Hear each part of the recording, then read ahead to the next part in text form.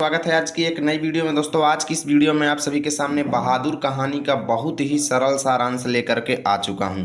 जी हां दोस्तों, अगर आप कभी क्लास 12th बोर्ड एग्जाम है तो आज की वीडियो बहुत ही ध्यान से देखिएगा। और मैं ये गारंटी के साथ कहता हूं, अगर आज की इस वीडियो को आप अंतिम तक देख लिए तो बहादुर कहानी का सारांश आपको दोबारा नहीं पढ़ना पड़ेगा।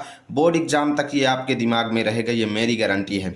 तो चलिए दोस्तों शुरू करते हैं और पूरे कहानी के सारांश को बहुत ही बेहतरीन तरीके से समझेंगे। एक एक शब्द मैंने बहुत ही सरल ढूंढ ढूंढ करके लिखे हैं और आप सभी को ध्यान से वीडियो को देखना है। और अगर आपको वीडियो अच्छा लगे तो प्यारा सा एक लाइक कर देना और दोस्तों के पास शेयर कर देना, ठीक है।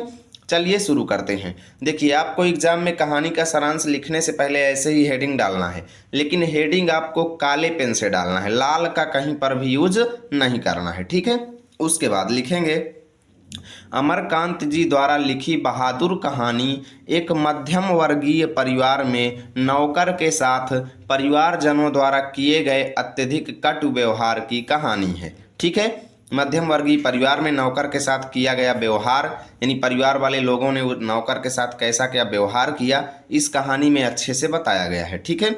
बहादुर नेपाल का 12 से 13 वर्षीय एक बालक है जो इस कहानी का नायक है, ठीक है, जो अपनी माता के दुर्व्यवहार से तंग आकर घर से शहर जाता है। किसके दुर्व्यवहार से?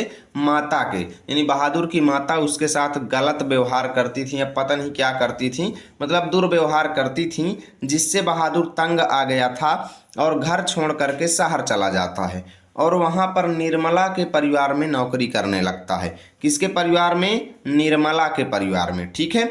आगे देखिए, अब आगे लिखेंगे दोस्तों, बहादुर निर्मला के घर के सभी काम बहुत ही अच्छी तरह से करता है।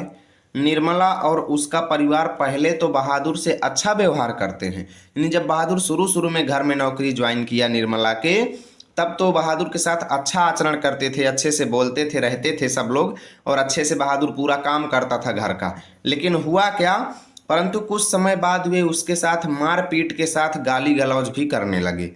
कभी कभी उसके साथ मारपीट भी करने लगते थे और गाली गलौज भी देने लगते थे बहादुर को, है ना। किसके घर वाले? निर्मला के घर के जो व्यक्ति बच्चे लोग थे या कह लो अभिभावक लोग जो थे, वो बहादुर के साथ क्या करते थे? मारपीट भी करने लगते थे, ठीक है। मारपीट और गालियों के कारण बहादुर का मन काम में नहीं लगता था, बिल्कुल भी नहीं लगता था। तो एक दिन निर्मला के पुत्र किशोर ने, ठीक है, निर्मला के पुत्र किशोर ने बहादुर को सुअर का बच्चा कह दिया।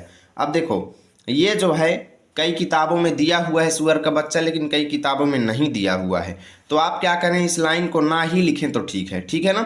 इस लाइन को आप एग्जाम में यहाँ से लेके यहाँ तक ना ही लिखें तो ठीक है, ठीक है। और लिखेंगे आप लोग क्या लिखेंगे कि इसको बना करके कैसे लिख देंगे कि एक दिन निर्मला के पुत्र किशोर ने बहादुर को कुछ अपशब्द कह दिया, ऐसे आप लिखें तो ज़्यादा अच्छा है, ठीक है। बहादुर इसे सहन नहीं कर सका और अंततः वह अपना सारा सामान छोड़कर चला जाता है, ठीक है। यानी कि किशोर के द्वारा कही गई बातों को बहादुर नहीं सहन कर पाता है, नहीं सह पाता है और ऊब आकर के वह घर छोड़ करके चल देता है, सारा सामान छोड़ करके चला जाता है, ठीक है। तो निर्मला के पति शाम को जब दफ्तर से लौटे तो उन्हें पता चला कि बहादुर अपना सारा सामान छोड़कर घर से चला गया है, ठीक है। तो निर्मला, उसके पति और किशोर को बहादुर की ईमानदारी पर विश्वास हो गया था। फिर उन्हें बहादुर की ईमानदारी याद आती है और बहादुर के द्वारा किए गए काम उनको याद आते हैं, तो वो लोग बड़ा पश्चाताप करते हैं।